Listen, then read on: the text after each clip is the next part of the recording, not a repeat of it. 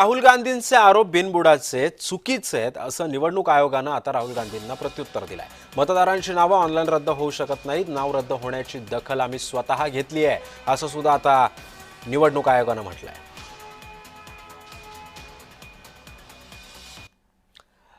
दरम्यान निवडणूक आयोगानं राहुल गांधींना काय प्रत्युत्तर दिलंय पाहूयात। निवडणूक आयोग असं म्हणतं की राहुल गांधींनी केलेले सर्व आरोप चुकीचे आणि बिनबुडाचे आहेत।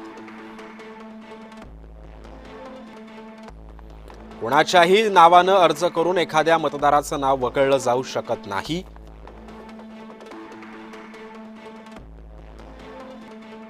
ज्याचं नाव वगळलं जाणार त्याला त्याची बाजू मांडण्याची संधी दिली जाते।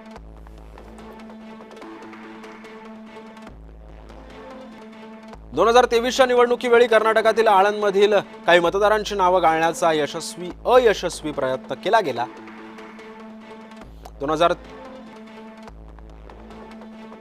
या विरोधामध्ये निवडणूक आयोगानं स्वतः एफआयआर नोंदवला होता।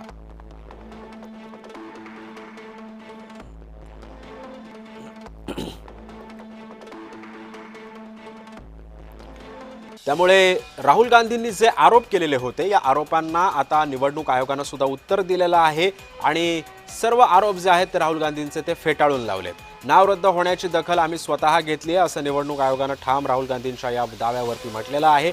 सोबतच आयोगानं राहुल गांधींना सुनावलेला सुद्धा आहे।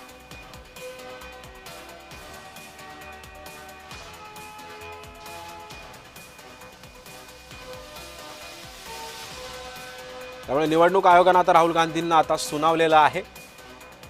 नाव रद्द होण्याची दखल आम्ही स्वतः घेतली आहे असं म्हणत राहुल गांधींना निवडणूक आयोगानं प्रत्युत्तर दिलंय।